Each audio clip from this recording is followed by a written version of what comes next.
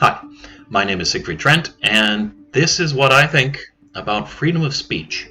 This topic was suggested by my friend Cyprian, so thank you for that. Boy, it's a little bit of a difficult topic, so I've restarted a couple times trying to get my thoughts straight about what to say on this topic. It's important to me as an American. I was taught from an early age that freedom of speech is an incredibly important virtue, and honestly, I do believe that. So this will be something of a defense of the idea of freedom of speech, but even more so trying to explain really what it means, why we have it, why it's important, and what aspects of our lives it's a part of. So first of all, what does it mean? Well, freedom of speech is, in a sense, a lack of censorship. And censorship is when an authority of some kind tells you what you can or cannot say. They punish you for some kind of speech, or they make it impossible in order to make the speech available to other people. So that's censorship. Freedom of speech is freedom from censorship within some scope. Now, most of the time in America, we are talking about the freedom of speech that we are given in the Bill of Rights, which is in our Constitution. Now, some people see it as a natural right. I don't want to get into those details. We're going to talk about it to start with from this government perspective. But I also want to talk about other kinds of organizations because it's come up recently with topics about Facebook, and I think it comes up in our lives in many different situations because it's such an intrinsic American value. All right, so first of all, let's talk about institutions and government versus, let's say, a company or another kind of organization.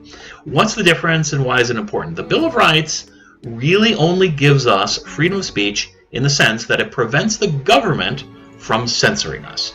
So originally it was only the federal government, because the Bill of Rights really only applied to the federal government. But after the Civil War, the 14th Amendment, it was interpreted that the Bill of Rights applied to every American and gave us protection from censorship by state and local governments as well. So no American can have the government of any aspect tell them what they can or cannot say. There are some limitations. You can't yell fire in a crowded theater, can endanger people's lives directly with what you say. If you lie, you can be held accountable in different situations and so forth. The idea is it protects expression of opinion and political speech, but it gets out into art and many other aspects. But let's focus on the political for the moment because I think this is important. And what is the difference between being protected from the government of freedom of speech or, say, a corporation or a company and freedom of speech in that context? Well, there's a few things that are special about government. One of them is the freedom of association. You don't get to pick which government you were born into. You just automatically become a citizen when you are born in a country, most countries. There are ways to change your citizenship, but it's restricted by those governments. So you can't freely associate with any given government. However, with a company, or let's say Facebook, you are free to just walk away, use a different company, do a different thing. Now, there may be costs to you in doing so, like maybe you lose your job, maybe you lose your audience on Facebook or something like that, but those are costs, or benefits that that company is giving to you, essentially, and so it's your choice whether to take them or to walk away. With a government, you can't really do that.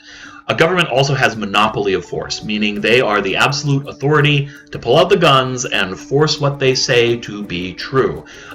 Your boss may tell you to shut up, but you can tell them to stick it where the sun don't shine if you want to, and they can't kill you or actually force you to do anything unless, of course, they get the government to do it for them. So that's very important differentiation. Also, finally, it's public versus private interests. Now, the whole idea with democratic liberalism is the idea that the government, the society, represents the people and serves the people in the society. A company serves the people that own the company. A private club serves the people who are members of the club. But government serves the people there. And this is, of course, it was a reaction to monarchies, kings, government ruled by religious institutions, any other narrow group of people, and the government really served their interests and not the interests of the general public. So that's the idea of liberalism. Now, democracy is the people actually get a say. They get to vote for what they want, or they get to vote for representatives who represent what they want. So it's important that the people be able to express their political will, because the whole idea is the body politic. is supposed to be in service to that will. So if you can't express it, it can't be serviced by it.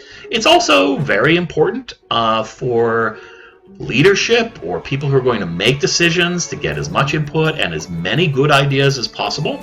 So it serves the efficiency and the effectiveness of the government to listen to a broad range of ideas and then pick the best ones that are available and go with that. So in many different respects, the ability to speak freely is essential for the ability of the government to represent the will of the people. Now, if you have a situation where the government can limit speech, what happens is that those who are currently entrenched in power when those limitations come in place can ossify government to only serve those ideals that are allowed.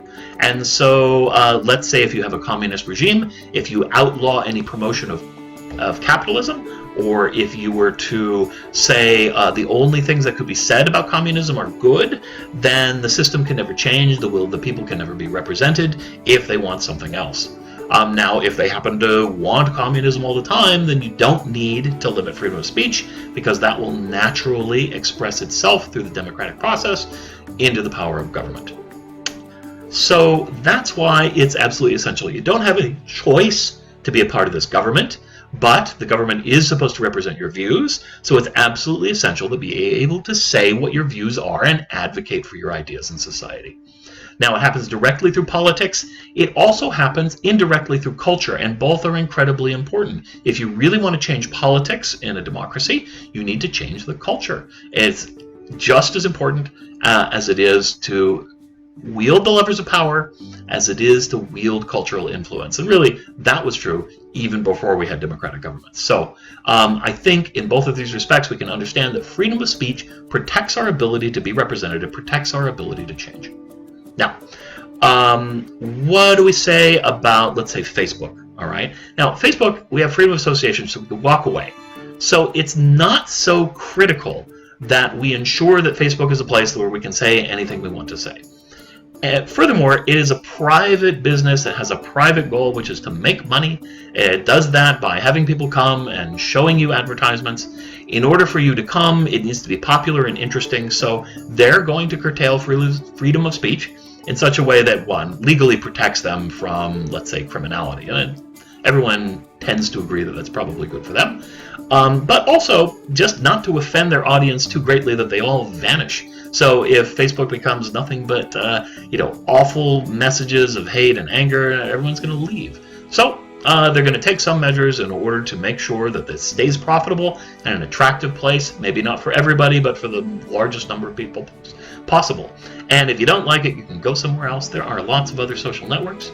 Of course, you're going to lose something, but you're losing the thing that they're giving you. So really, it is your choice. If you want to accept their limitations, then you get their benefits. Now, you can complain about it, and in a company, it's good for the company to listen to people complaining, because maybe they've got a good idea, maybe they've got a good point that you hadn't thought of before.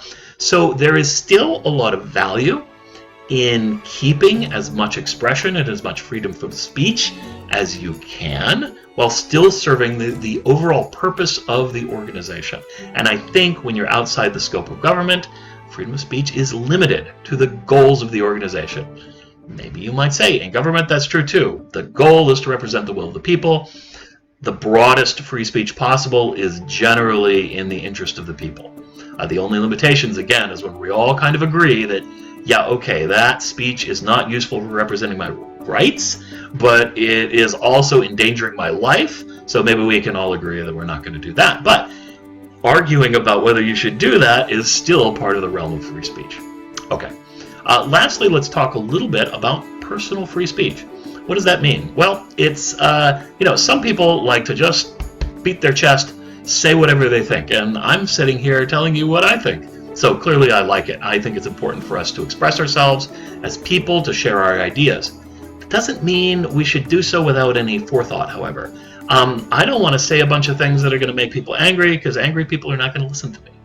And I don't want to make people feel bad, because I like other people and I don't want them to make me feel bad. So I'm going to self-regulate, let's say self-censor, my own speech in such a way that is going to achieve my goals in life, I think.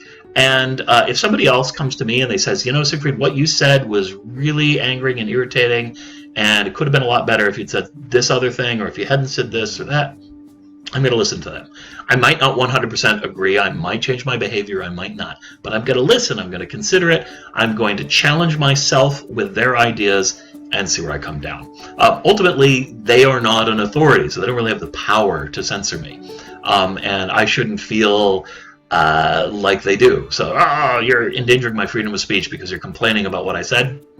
Absolutely not. Because freedom of speech is about censorship, and censorship requires authority. Now, maybe I could use another authority, but ultimately you've got to look to the people who have the power. Those are the people you need to talk to about freedom of speech. Okay, well, there we go.